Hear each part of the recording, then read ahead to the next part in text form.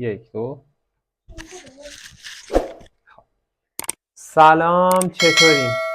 به اتاق کار من خوش اومد.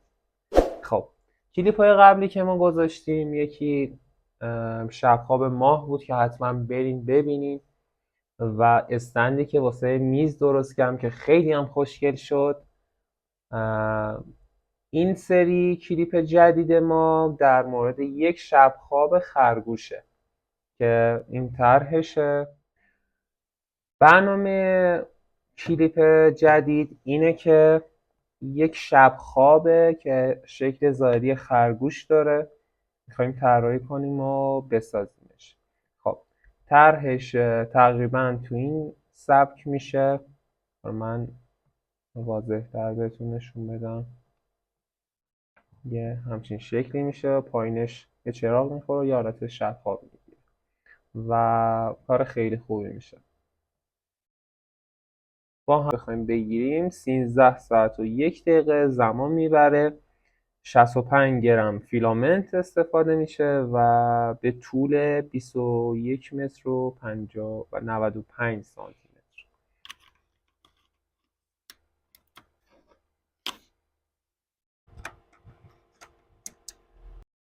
مشخص میکنه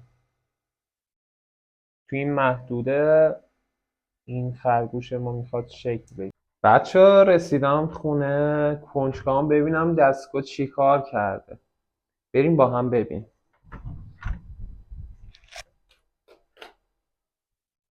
وای چه خوشگل شده.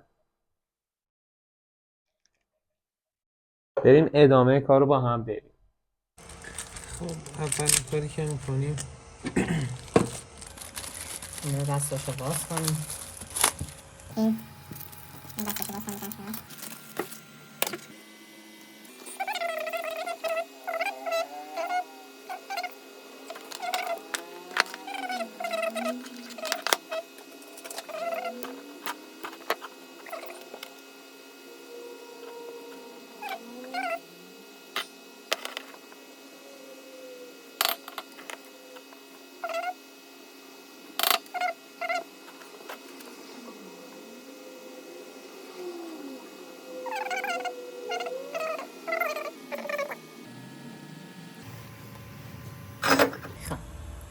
از لحینش بچه اولین کاری که میکنیم ما باید یه فیلسینگ براش طراحی کنیم که گرما رو انتقال بده و لام زود نسوزه.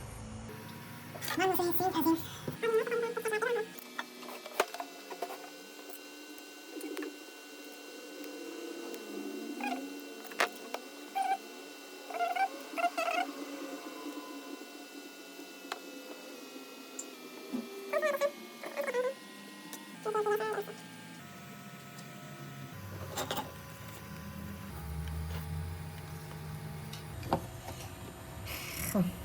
به این صورت اینجا بسته میشه.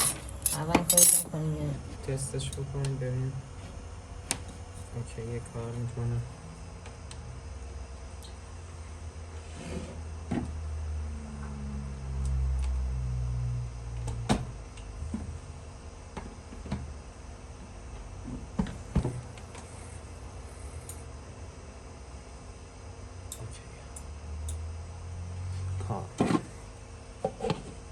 این بچه یه همچین صورتی میشه.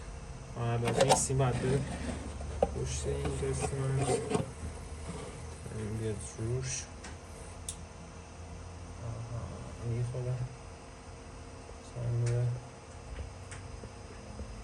چشمک بزن توی دوره.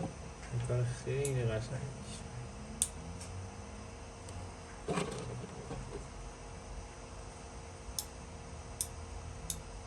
این هم از اتمام کار. حالا اینو باید ببندمش محکمش کنم و این هم از اتمام کار.